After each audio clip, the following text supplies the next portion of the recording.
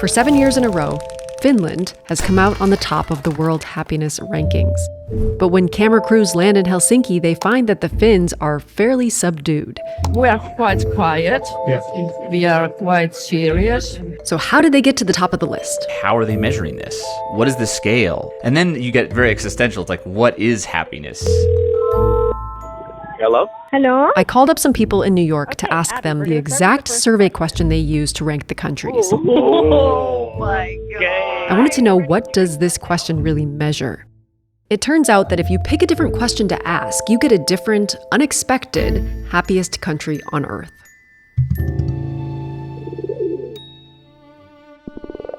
The World Happiness Report, which publishes these rankings, comes from a very specific context. It wasn't like people were just sitting around wanting to rank all the countries in the world. And if you think back like 15 years ago, that would have been like 2008, 2009. Right, that was the big financial crash, global recession. I think this is the most significant financial crisis in the post-war And it was part of a push to get governments to deprioritize GDP as the key measure with which we judge the progress of nations or the quality of people's lives. And this was really pioneered by the country Bhutan. The GDP-led development model that compels boundless growth no longer makes economic sense. Their prime minister at the time became a kind of ambassador at the UN for this idea of measuring happiness. And he led a really big meeting in 2012. And the first World Happiness Report was prepared for that occasion. So then it was suggested that we should produce a report annually. And that's the way it has been ever since. And did that initial report have a specific goal or audience in mind? The motion was intended to be addressed to national government members of the UN. If they're asked to think of policies in terms of their effects on well-being, if they don't know anything about how various policies affect well-being, then what can they do? The World Happiness Report, which we should say is a big document full of information, it's not just a ranking of countries, it relies on a data source called the Gallup World Poll.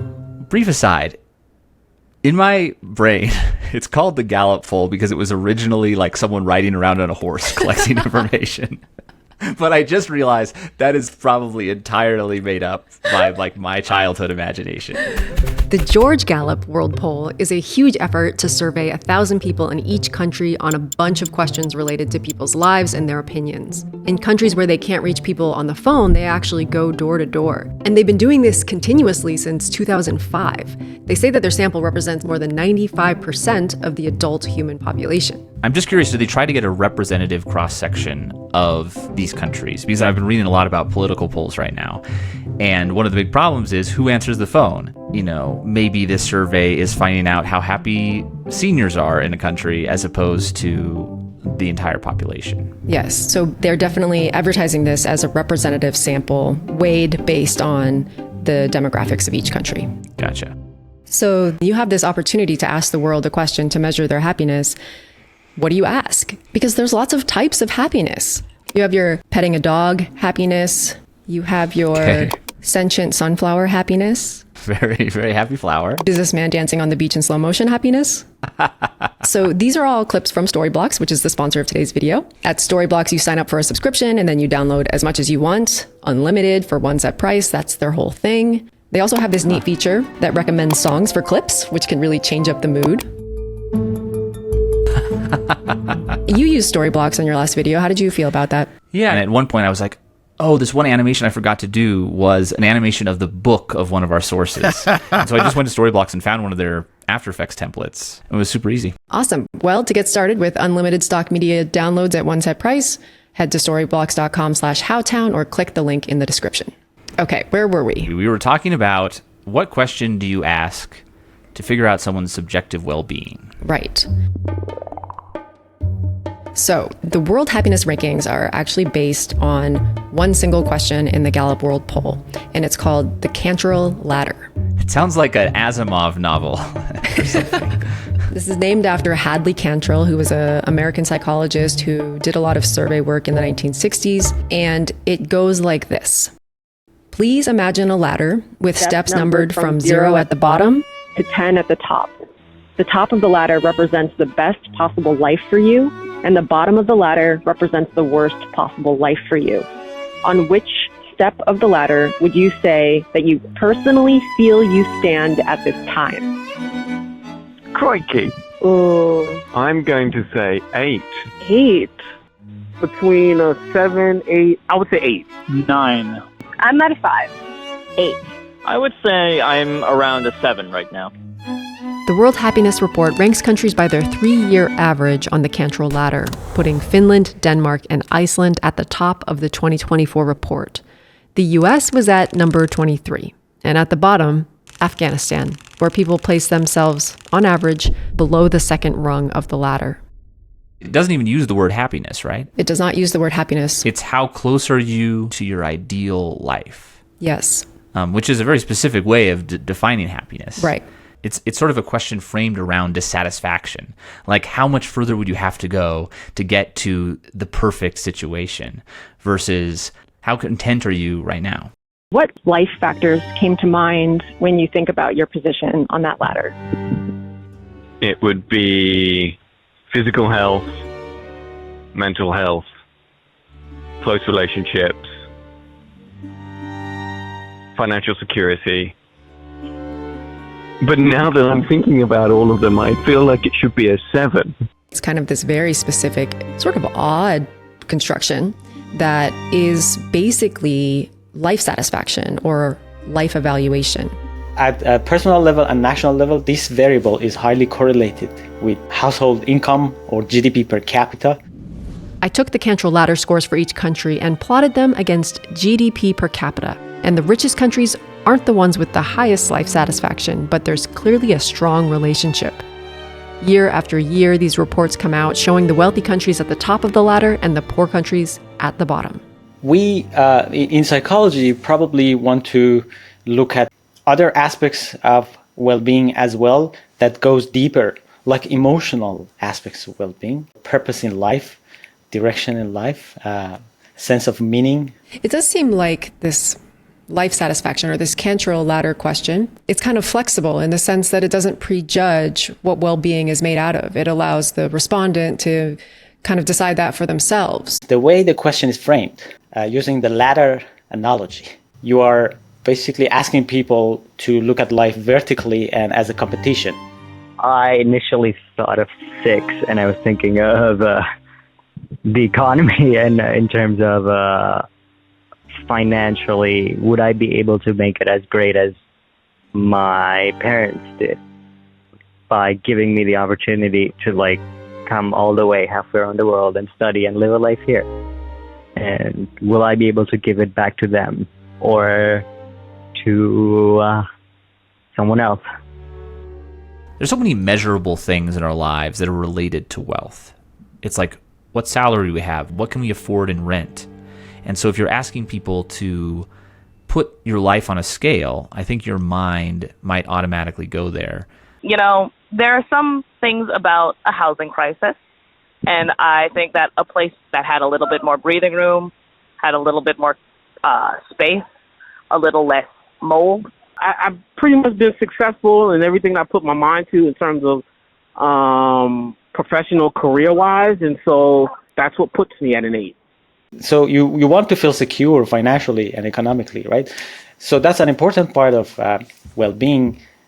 But because this particular item is too close to economic indicators, I think this doesn't serve the purpose of going beyond GDP per capita. Now, there's a whole other way of defining happiness that isn't as tied to your country's economy. So instead of asking how good you feel about your life, we can ask how good you feel in your life. This is called positive affect in the World Happiness Report, and it combines 3 yes or no questions on the Gallup World Poll. Did you experience enjoyment during a lot of the day yesterday? Oh my gosh, no. Yes. Yes, I enjoyed yesterday because I was with my children. Did you learn or do something interesting yesterday? Yes. Yes. No. Did you smile or laugh a lot yesterday? Also yes. Yeah, I did. Yeah. I want to say yes, but I don't think I did. These are the countries that rank highest on this measure. Oh, wow, Guatemala coming in number 1. So it's a lot of Central American countries that are at the top. Right. Guatemala, El Salvador are both places with very violent recent histories. And they're so happy, basically, by the warmth and quality of their intergenerational social connections. And this measure of how much people are enjoying themselves is not strongly linked to GDP. Any of these countries that are clustered near the rich end, you can find a country that's on the poorer end that has a similar level of happiness. So we have the Nordic countries as a hotspot for life satisfaction and Central America as a hotspot for positive feelings.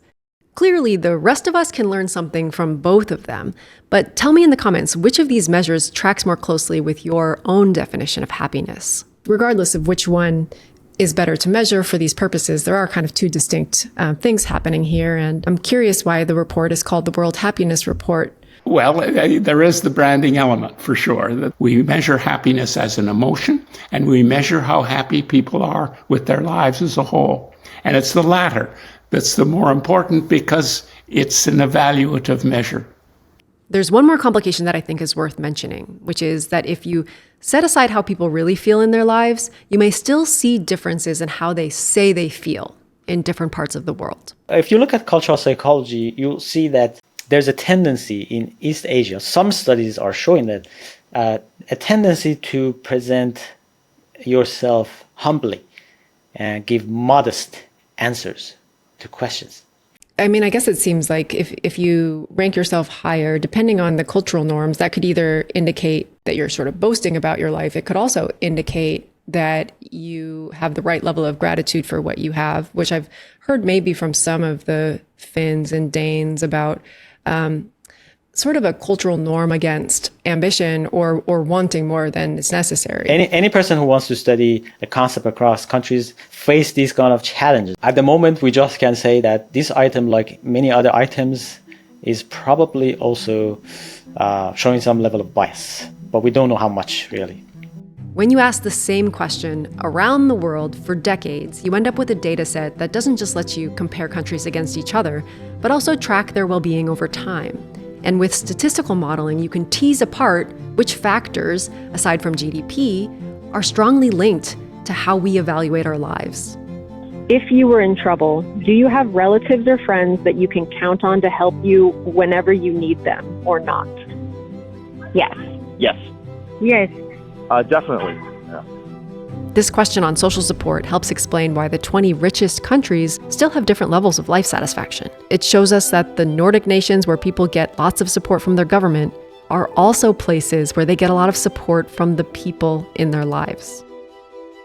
This whole weekend, I spent time talking to strangers about these things, asking them these Gallup World Poll questions, asking them about what makes them happy. And, you know, I'm aware of the ways that that was not scientific, right? It was a weekend. And it's hard to know how much their answers were influenced by what they think they should be saying about their own happiness.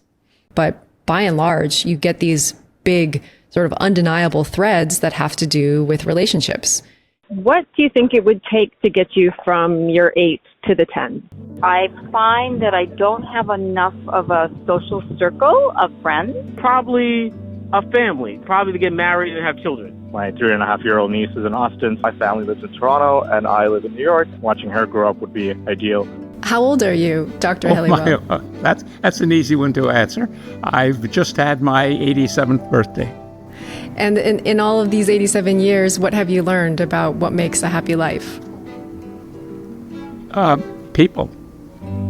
Happiness is having a meal laughing with the people you love over a really good meal. with friends, relatives, and loved ones. Being loved and loving. I'm about to marry somebody that I'm super in love with. At this stage of my life, that's what it's all about. Having my mom to rely on. Hanging out with people who really understand you It puts my heart at ease. is one of the greatest joys in life. Thank you so much for watching. We have some good news here at HowTown. Our work is now supported by the Alfred P. Sloan Foundation in association with IMI, which is the Independent Media Initiative. The Sloan Foundation is enhancing public understanding of science and technology in the modern era. We also rely on our beloved Patreon supporters, and that's where you can go to find our extended discussion of happiness research. You could change your position on the ladder by simply changing your expectations. Right, just chop off the top of your ladder. Now you're at a 10. This is the wisdom of Buddhism, right? Chop the ladder. That's, as Buddha once said, chop the ladder.